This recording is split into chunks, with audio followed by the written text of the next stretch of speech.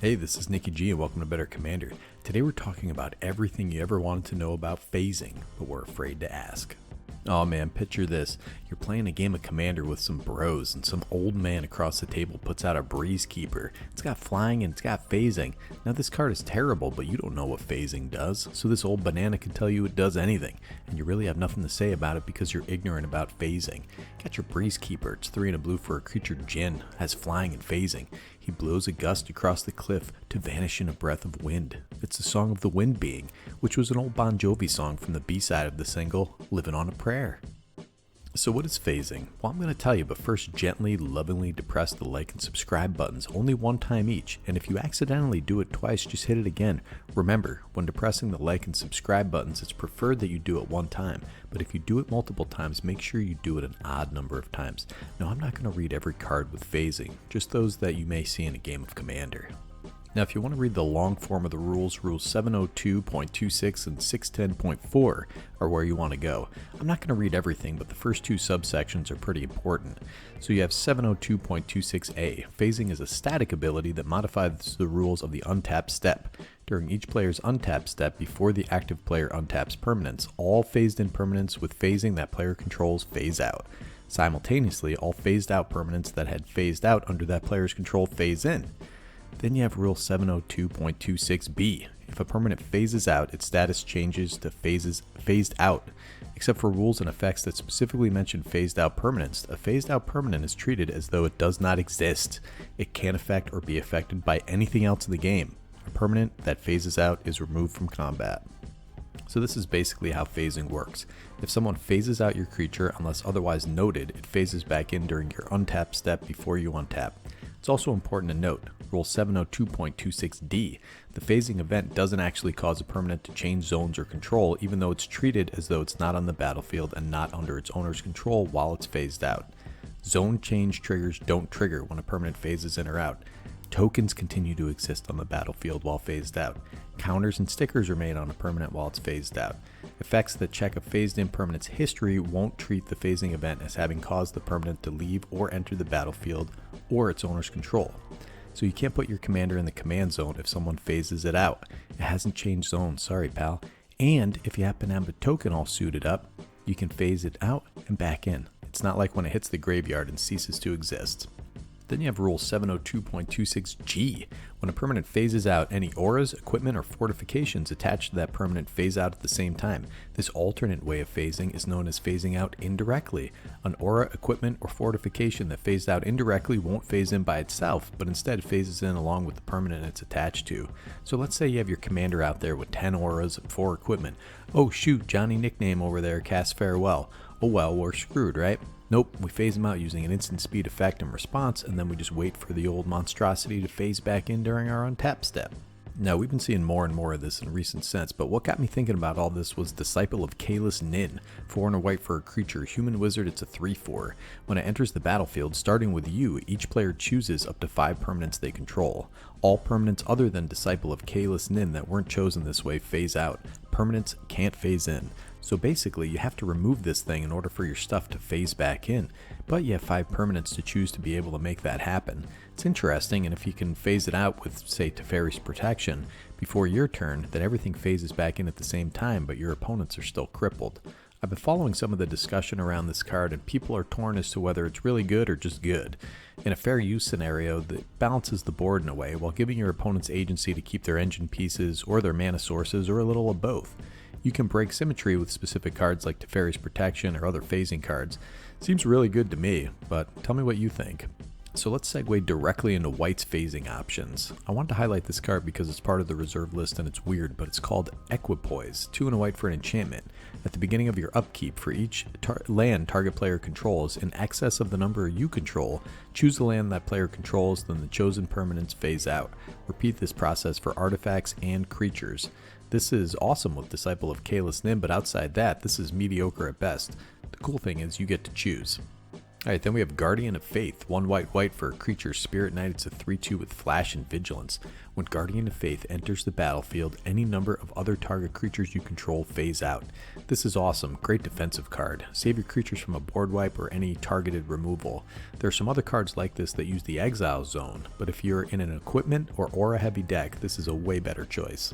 Then we have Out of Time, 1 white for an enchantment. When it enters the battlefield, untap all creatures, then those creatures phase out until Out of Time leaves the battlefield. Put a time counter on Out of Time for each creature phased out. This way it has Vanishing. So at the beginning of your upkeep, remove a time counter from this enchantment. When the last is removed, sacrifice it. This is a pretty awesome 3-mana board wipe, and I love it. This hoses all the commanders on the table until it's removed. Sadly, this dies to Vampire Hexmage and any enchantment removal. Alright, there's a reason why this card was $40 for a long time, and after a bunch of reprintings is now $18. But we have Teferi's Protection, 2 and a white for an instant. Until your next turn, your life total can't change, and you gain protection from everything. All permanents you control phase out. Exile Teferi's Protection. This is the ultimate defensive phasing spell. Elton John's Closet, we got Robe of Stars, 1 and a white for an artifact equipment. Equipped creature gets +0/+3. It has Astral Projection, 1 and a white. Equipped creature phases out, has equipped for 1. This is fantastic if you have equipment synergies. The cool thing about this is that if it gets targeted for artifact removal, you just activate it and it gains indirect phasing as per Rule 702.26G. Alright, then we have Divine Smite, 1 and a white for an instant. Target creature or planeswalker an opponent controls phases out. If that permanent is black, exile it instead. I'm not sure why you'd run this when white has so many exile effects. If you could do this defensively, it would be a ton better. Okay, so how about red's phasing options?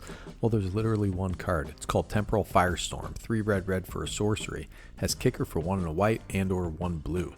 You choose up to X target creatures and or planeswalkers you control, where X is the number of times the spell was kicked. Those permanents phase out. Temporal Firestorm deals 5 damage to each creature and each planeswalker. Okay, skip this one. The art is cool, but I ain't paying 9 mana to save 2 of my creatures. Alright, black has exactly one offensive phasing card, Oubliette, 1 black for an enchantment.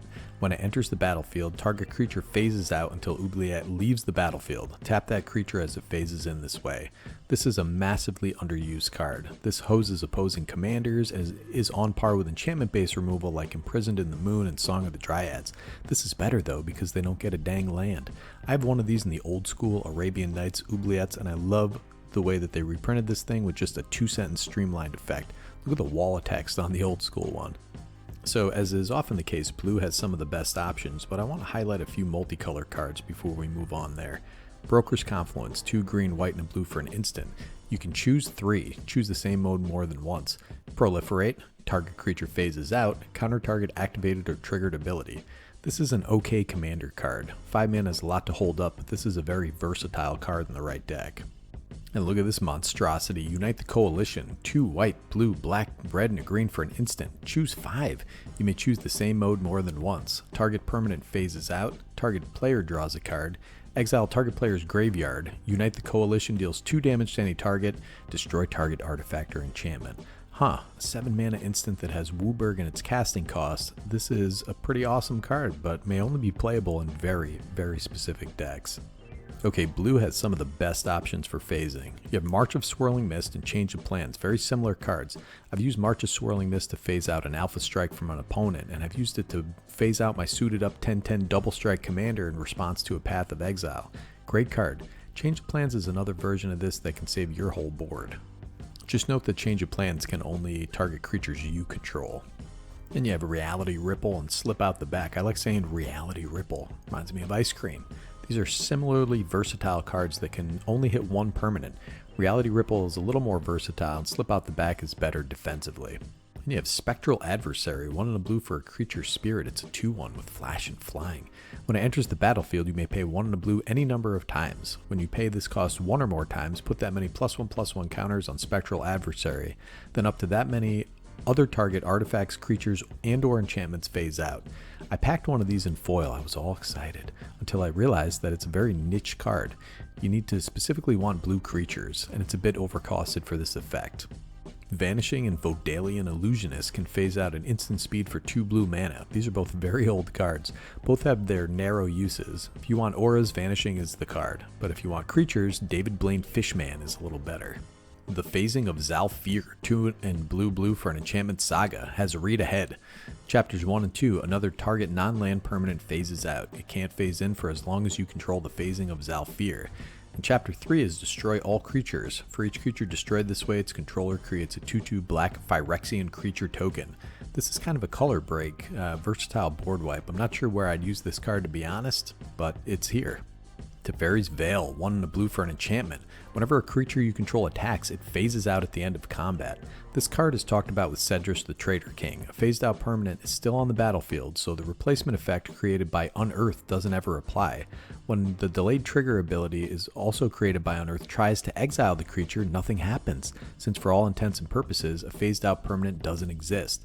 Then, during your next untap step, the creature phases back in again and you can keep it indefinitely.